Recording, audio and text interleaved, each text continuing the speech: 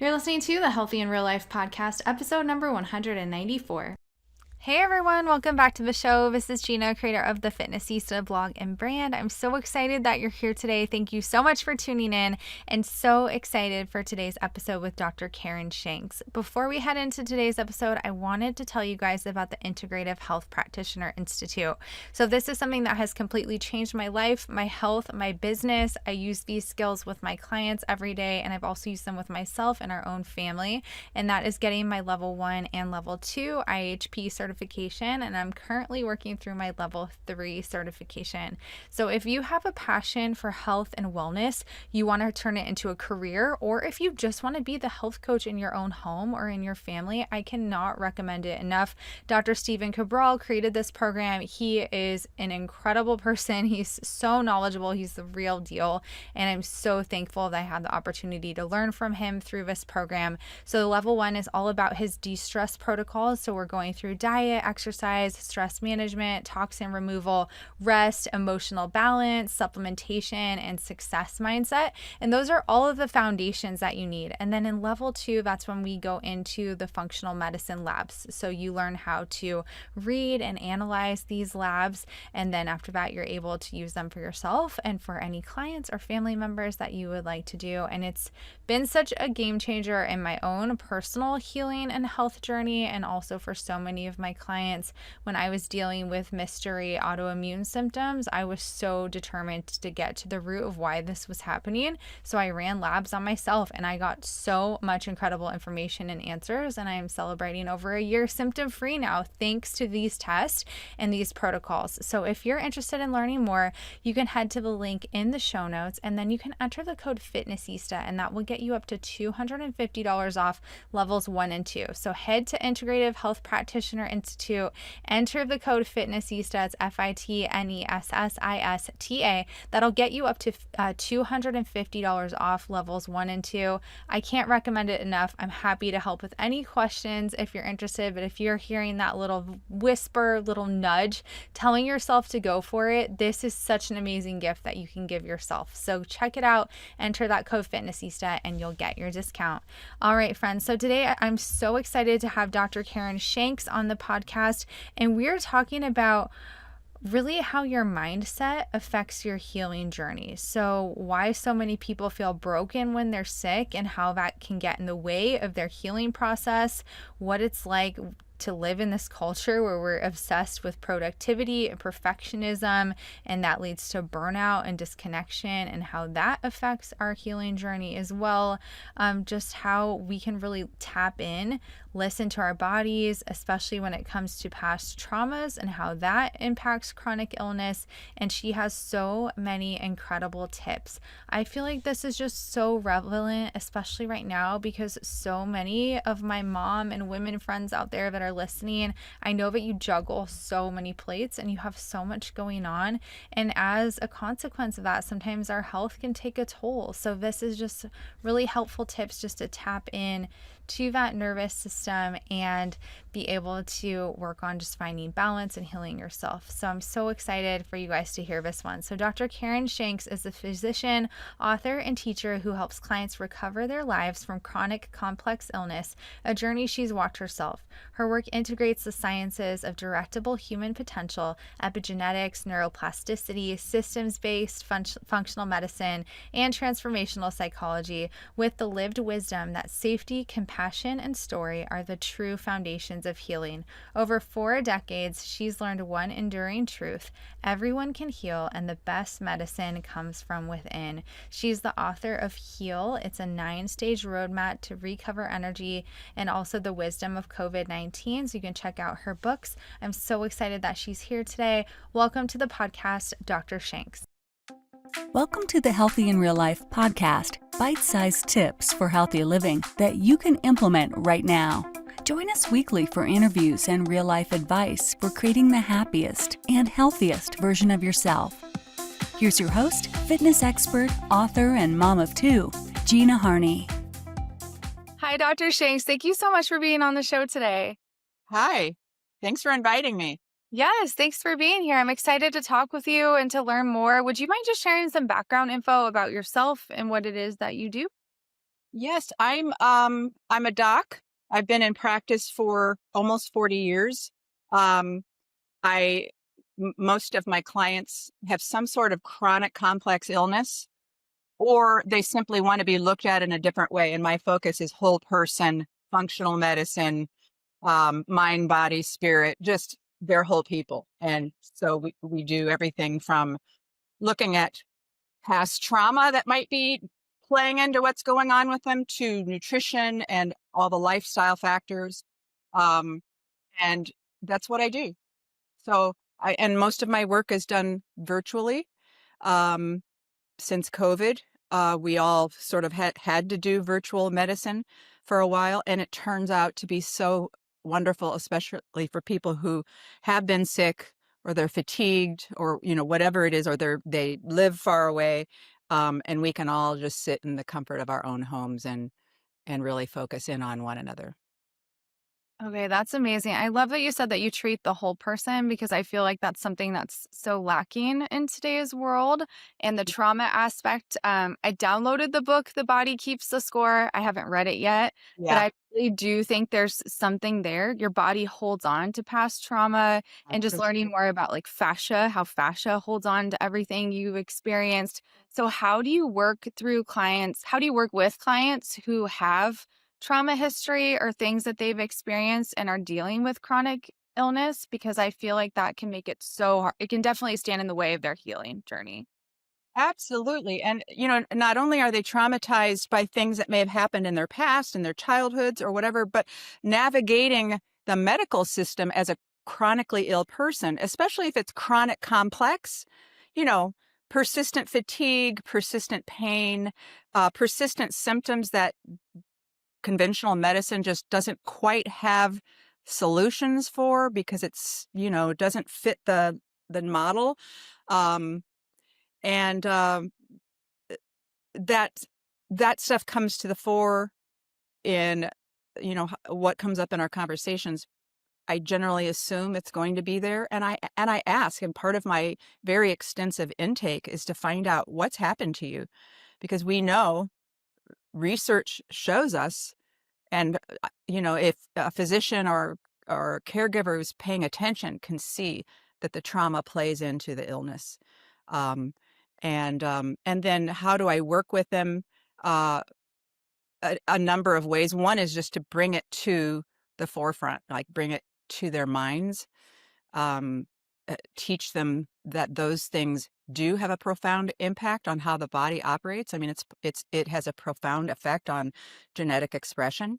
So, we know people who have PTSD have upregulated inflammatory pathways and a whole host of other physiological changes that can lead to all kinds of illnesses, chronic illnesses. For some people, trauma is the major player. Yeah, I definitely believe it. And then another thing too, nervous system. What are some of your strategies for that? Because I feel like so many people who are dealing with chronic issues, they're constantly Googling their symptoms, stressing about it, looking at pictures online and reading threads. How do you help them get out of that spiral so that their body can calm down and start to heal? Well, first, it's bringing it to their consciousness that what they're doing and how activated they are.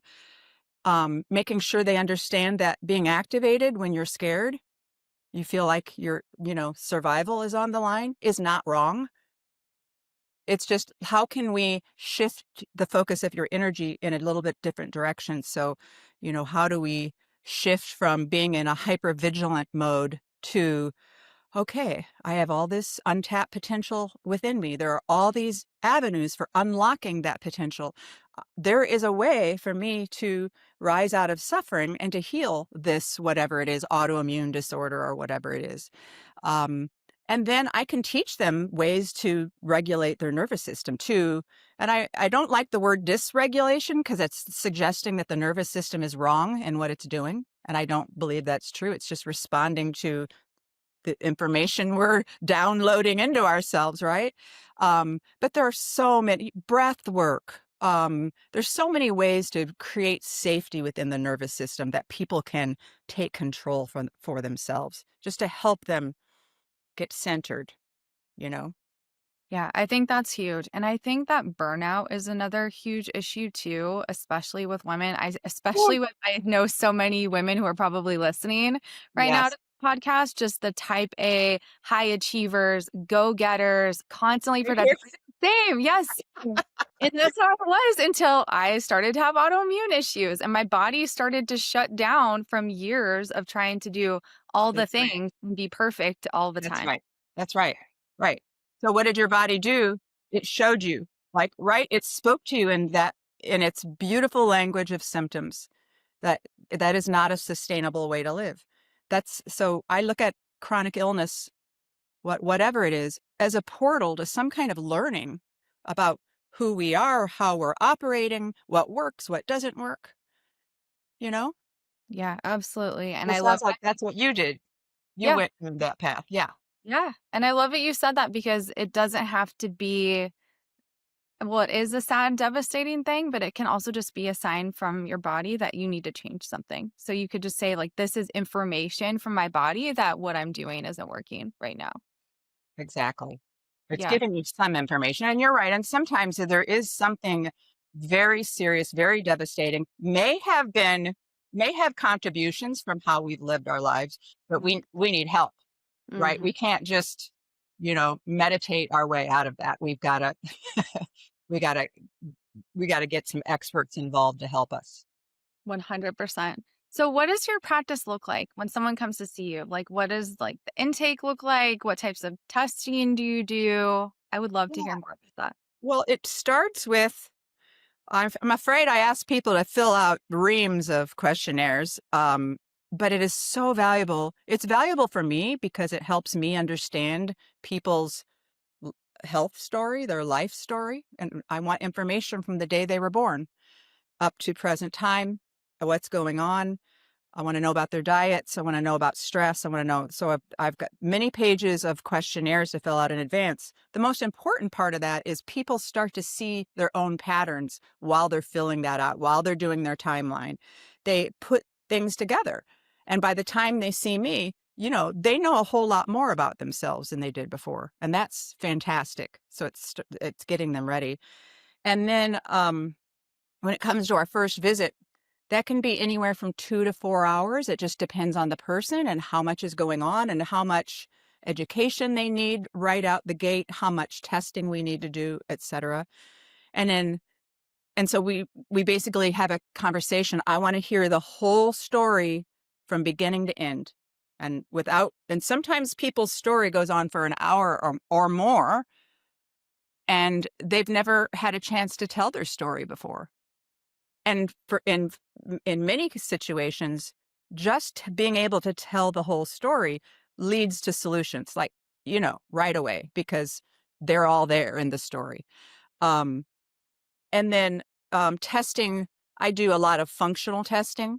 I do some traditional testing too. So I do a whole range of tests that seem pertinent to not only the situation they're bringing, the whatever they're experiencing acutely in their bodies, but also how can we just look at the whole milieu of your physiology and get everything, in ship shape, because that always helps, no matter, even let's say, even if nutritional deficiencies aren't like a direct cause of what's going on today, they're just going to support that person through their process. So there's usually quite a fair bit of testing, actually less testing than I used to do, because I'm finding most of the what I need to know is in the story, you know. But then, we'll look at love to look at their new people's nutrients, love to look at hormones, thyroid, the whole gamut. Um, that's a first visit. And then a plan, they walk away with a care plan, a few little things to start doing. I try to keep it slow and simple so people can have wins right out the gate, but I try to help them pick things to do that will also result in something that can give them hope, some sort of improvement in how they're feeling, so that they can have some hope for where we're going. And then we follow up and we go from there. Okay, that's incredible. And I love that you said that you give them kind of some low hanging fruit first to focus on, because once Yeah. you do get some wins, I think that is so motivating and you're more likely to stick with it for the long haul. And then when you said the 2 to 4 hour appointment, I'm sure that so many people listening are like, oh my gosh, because so often you go to the doctor, you might not even see the doctor. And then if you do, they're in there for like 10 minutes I and they ask know. you a couple questions and they're out. They don't hear any of your story at all. That's not enough. That's never enough. I don't No. care what the problem is. Yeah. You that is never enough. Totally. I can't practice that way. So No. I'm off the grid. I'm here. I practice by myself. It's my own practice. I don't take insurance because I can't be, dictated to about how much time I get to spend with my people. And insurance companies don't understand, you know. So yeah, And then just you're do it. not in that rat race too where you have to follow their procedures and their protocols for how you wanna do things. You can just go They from A to they have B. no Not business being in medicine. They have no bit. They have too much of a direct hand on what physicians are doing and how they do it.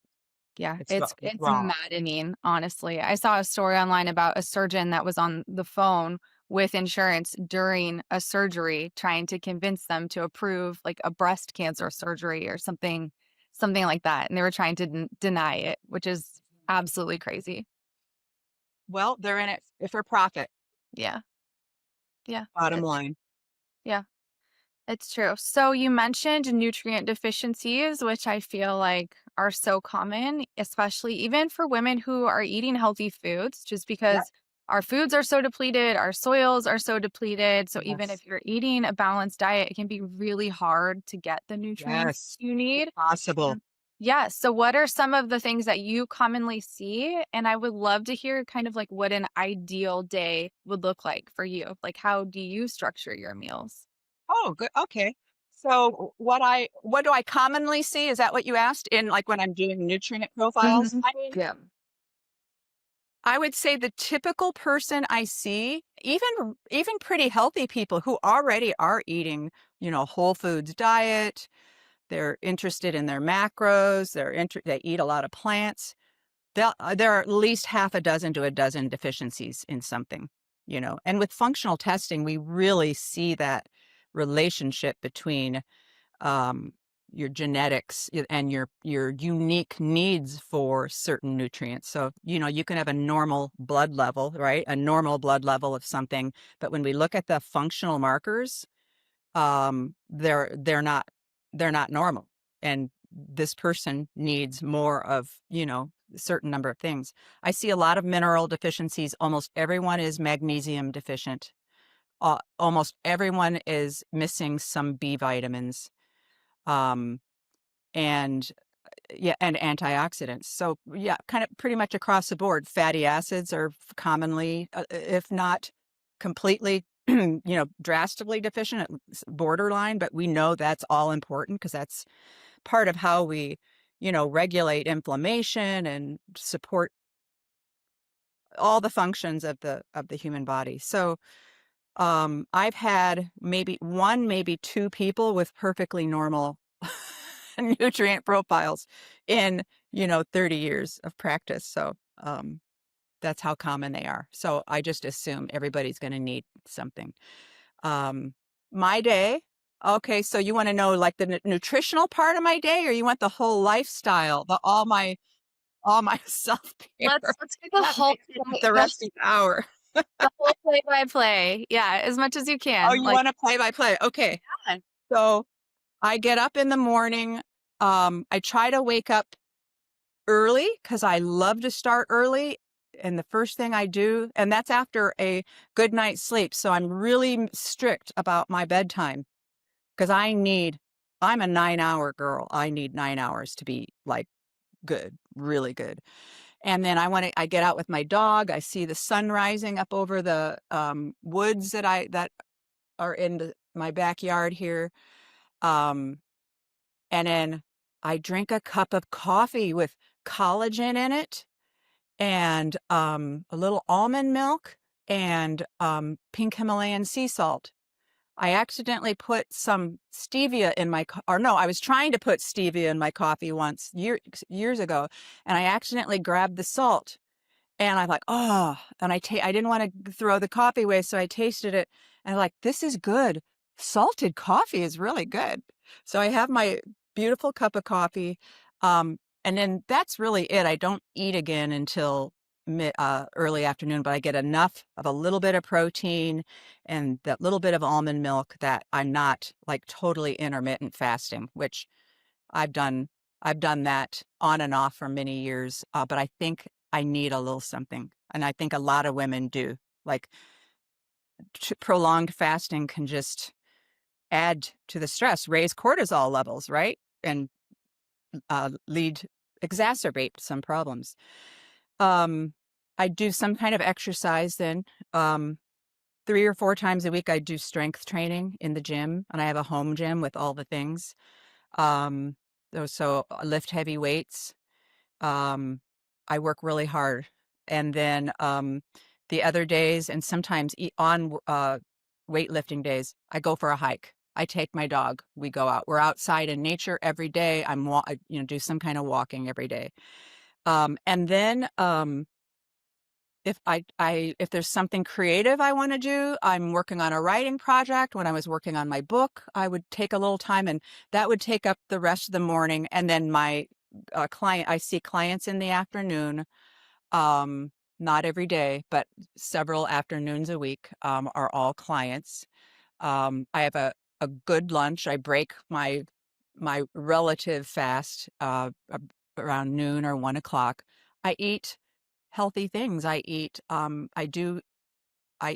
healthy meat, um, lots of veg, and that's about it. I don't eat grains. I've been gluten-free for probably 25 years, if not more. And I've been completely grain-free for about 20 years. I just feel great that way. Um, and and then I eat again in the early evening. So I have 2 major meals, and that's it. After a hard workout, I do 50 grams of hydrolyzed whey protein with um, some supplements and some creatine and some other mitochondrial support nutrients. I take supplements 3 times a day, first thing in the morning. I know I'm jumping all over the place, but I forgot that part. I've got stuff I take when I first get up, some stuff in the middle of the day with my protein shake, and then some stuff that I take in the evening. Nutrients, some herbal formulas, some plant-based formulas, a lot of mitochondrial energy support, gut support. Um, and yeah, and then I try to have fun in the evening, just something. I'm usually tired. I like to relax, play with the dogs, um, have no work, do no work in the evening. I've gotten very strict about that. Other important things are not so much things I do, but things I don't do. Like I'm very strict about looking at news. I may go a week without looking at the news, and then when I do look, I choose where I'm going to go find it, because there's so much horrifying, terrifying stuff to be bombarded with that I don't need to be bombarded with every day. I can still know what's going on. I can still care about what's going on, but I don't have to be hit between the eyes with it every single day. So that's really important to me. The other key thing that I left out was after I get up and walk my dogs, is I sit in my chair and meditate. 30 to 60 minutes, depends on how much time I have that day. And that is just incredible time for me. I'm a long time meditator. It just gets me set for the day, gets me connected to myself and what my purpose is for that day. It's very grounding. It's very, very, very important for me. Now, I do a lot of things a busy mom does not have time to do. I acknowledge that to your people. And I was a mom. I raised 2 boys. And when I started meditating when they were little, I'd do 5 minutes of meditation, and I called it turbo meditation, because that's all I had. I had 5 minutes before all hell would break loose, and you know what I'm talking about. Um, but it was still great. I was still tapping in. I was listening. It was really important. And so I think that is to say that so many of these things that nurture us in the course of a day, that nurture our minds, nurture our hearts, nurture our souls, nurture our genes, can be done in little simple ways, you know? No, I totally agree with all of that. I'm a fellow 9-hour sleep lover when I can get it. I mean, 8 is great, but 9 is even better. And I couldn't agree more about the news situation. During COVID, I cut it all out. I was like, I Yeah. cannot watch this anymore. I can't listen to it anymore. My husband was in the military. He retired recently, but I was like, if I need to know about anything going on in the world, he'll tell me. So for now, I don't need to see it because it does. It totally attacks your nervous system. It does. And social media too. That's the other thing and that was around COVID because Yeah. people were being so mean to each other, even people I liked, friends. I'm like, Yes. I can't do this I can't look. And Yeah. I just got out of the habit and I am out of the habit. I Mhm. don't go to social media to scroll. Yeah. So we can break that cycle. Mhm. I have Yeah. so much more time now. Yes, it's really freeing when you do. Or even Yes. just trying to be strategic, like you said, about the time you use scrolling Yeah, and then the accounts that you choose to look at while you're scrolling too. exactly. You can Yeah. look at little puppy videos, right? Yes. Or little Exactly. baby cows or whatever. And you can Yeah. set your timer too. You can Mhm. be really conscious about it. There's Yeah. nothing wrong inherently with a lot of what we do in social media. It's just how much we lose ourselves, Yes. and how much it can hurt and it can be Mhm. stressful too. Yeah. Absolutely. No, I think that's great. And I love that you mentioned the 5-minute meditation because I think that's perfect. If you don't have time to do 30 to 60 minutes, just set a timer, do 5 minutes. It's still going to make such a huge difference in your day. So it Yes. doesn't have to be this long time chunk. So I think that that's really great. And I also think that hobbies are really important too. If you can find time to do a hobby or something that you love, and Yes. same thing, it doesn't have to be a long time. But you That's can right. sit and draw for 5 minutes or play an Yes. instrument or sing or dance or just do something that makes your soul happy throughout the day Absolutely. when you can. Absolutely. And there's so much research on getting into a creative space and how much less anxious we feel while we're doing that because it pulls us into present time and we're just flowing in present time. We're not worrying about the past. We're not, worrying about the future. We're just present. So there is no space for anxiety. As a like lifelong kind of anxious person, that really spoke to me, and I 100% experienced that so I try to incorporate creative work, some kind of, even if it's like repotting a plant or moving little things around in the house, just getting at the flow of some sort of creative thing. Yeah. And like you said, it just brings you back to the present moment. You can't worry while you're doing that. So if someone is listening right now and they're dealing with chronic illness, because I know that's something that you really specialize in, what are 3 things or 3 starting points that you would recommend for them? The first thing would be trust yourself, trust what you know, trust that something is going on. Um, and I think the reason I say that and even bring it up as the first thing is that so many people who come to see me have slipped through the cracks. They've been told nothing's wrong, or it's all in your head, or it's this thing that's wrong, but they continue to have symptoms. So obviously that wasn't the thing. They're, you know, and many of them will go through some period of time where I believe my doctor, but so what's wrong with me? What's wrong with me that I've slipped through the cracks, So I want people to feel empowered to, one, not make their bodies wrong when there's any kind of suffering, and two, trust yourself when you know there's something that needs to be dealt with in a particular way. Or, you do find someone who believes you and is able to make a diagnosis, but they don't quite get you. They don't quite get how to help you. They don't know exactly what you need for, whatever your uniquenesses are. and they're good, and they care, and they're kind, but you need something more. Trust that. Go after it. So trust in oneself. Okay, so that's one. And two, yeah, create a team. Do it from a place of agency. You're in charge. You're in charge of your body. You're in charge of learning what you need. Maybe not the specifics. Like I don't expect anyone who comes to see me to know that they have nutritional deficiencies or their thyroid is off or I don't expect that. But I do want people to feel, um, I want them to feel a sense of agency and strength around selecting somebody to work with. And you may need to fire people. You may need to visit several people till you get somebody you click with and has your back, and it feels like they're doing all the right things. And three, when you're working with somebody who's helping you with a chronic illness, helping you to do all the things that you need to heal and to sort of rise out of all that suffering, um, be a partner. Like if somebody tells you go do X, Y, and Z, and it feels overwhelming, it feels like you can't do it, um, speak up. I mean, negotiate with your care provider about what you're ready for. What can you do right now?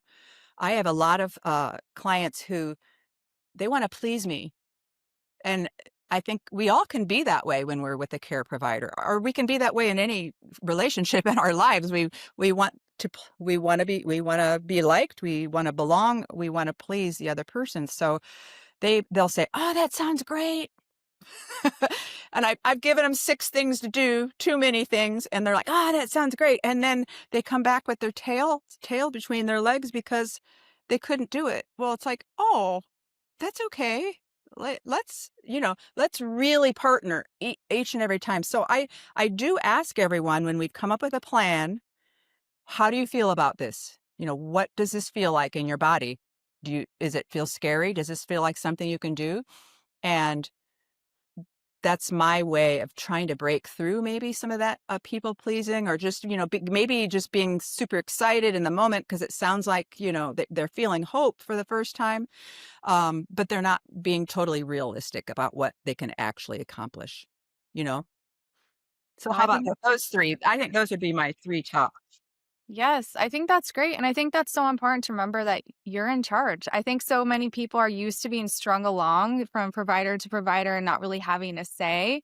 But the beauty about going the functional route is that you can choose someone who really does understand you, and you connect with them and you feel confident in their plan, and you can really make those choices. So I think that's Absolutely. so important to remember, especially when you are dealing with mystery symptoms and illness and just feeling kind of out of control in that moment. It's a way that you can take some of that control back is by choosing Absolutely. a provider. Absolutely. And at some point we all have to trust somebody else. We can't know everything. None of us can know everything, so we do sort of open ourselves up, and you got to trust somebody and try a thing, um, but then evaluate it, scrutinize it carefully, Yeah. and if it's not working, just make sure you can come back and stand by yourself and tell the truth about that. Yes. 100%. So the title of the podcast is Healthy in Real Life. What's something that you do in your own routine to create a consistent, sustainable, healthy lifestyle for yourself? Oh my gosh, so many things. I mean, sleep is huge. Yes. and Sleep is and everything. rest periods. Like, if I just in the middle of the day go lay down on the couch for 5 minutes and stare out the window, or do a Scrabble game, and just chill. So sleep and rest, huge. Exercise, hard exercise, slow exercise, different types of exercise, being in nature exercise. So movement, just move, a lot of movement, even cleaning the house, you know, for those of us who clean our own house, and I do right now. I like having help, but I don't have help right now. So I do it myself. I'm like, this is great. I'm stooping, I'm reaching, I'm getting steps in, my meditation. So times of stillness to just really listen in, and whether that's, doing some kind of, active, there's so many types of meditation. But, it could be a sitting meditation. It could be a walking in the woods meditation. I also like to journal as part of my meditation. So writing, just having time that I can connect to myself and, you know, listen to what's going on in my body, listen to my emotions, what's going on. Because, when we're busy and there's distraction and we're working and we're doing all the things, sometimes it's hard to know. At least I have trouble knowing how I feel about things until I sit down and get quiet and listen. So that's really important every day. And then I try to eat well. I try to get my macros right. Have my protein allotment for the day calculated based on my body weight and my activity level, and I'm looking at the grams. Um, and then micronutrients, dialing that in. I know I have to get some of that from my supplements, so taking my supplements.